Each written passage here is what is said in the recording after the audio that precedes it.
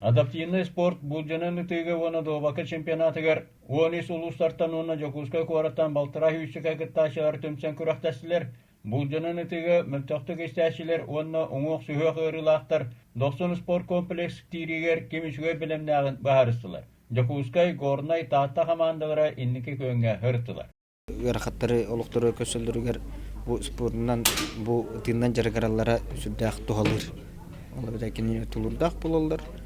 Ордук тулурдак, ордук концентрированный, онна ты жарктыр на качество таттан барта эмге жайыр була. Добат чемпионата добат сахмат кинигер болла. Оңук сүйөк ырылаактар мөлтөктүк истәшилер онны көрбөттөр элбактары берп болан икки тайынан толор олорун ойнотулар.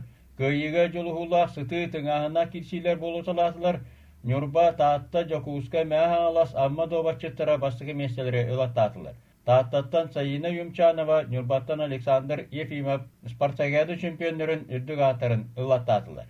Россияга, Европага, андойдуга барандар чемпион үрдүк аттарын ылаттабыттара.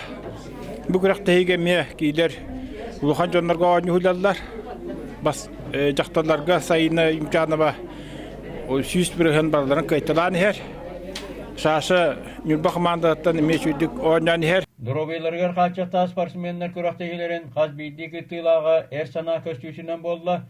Балай Поселскай, Саха телевидениете, Жокускай.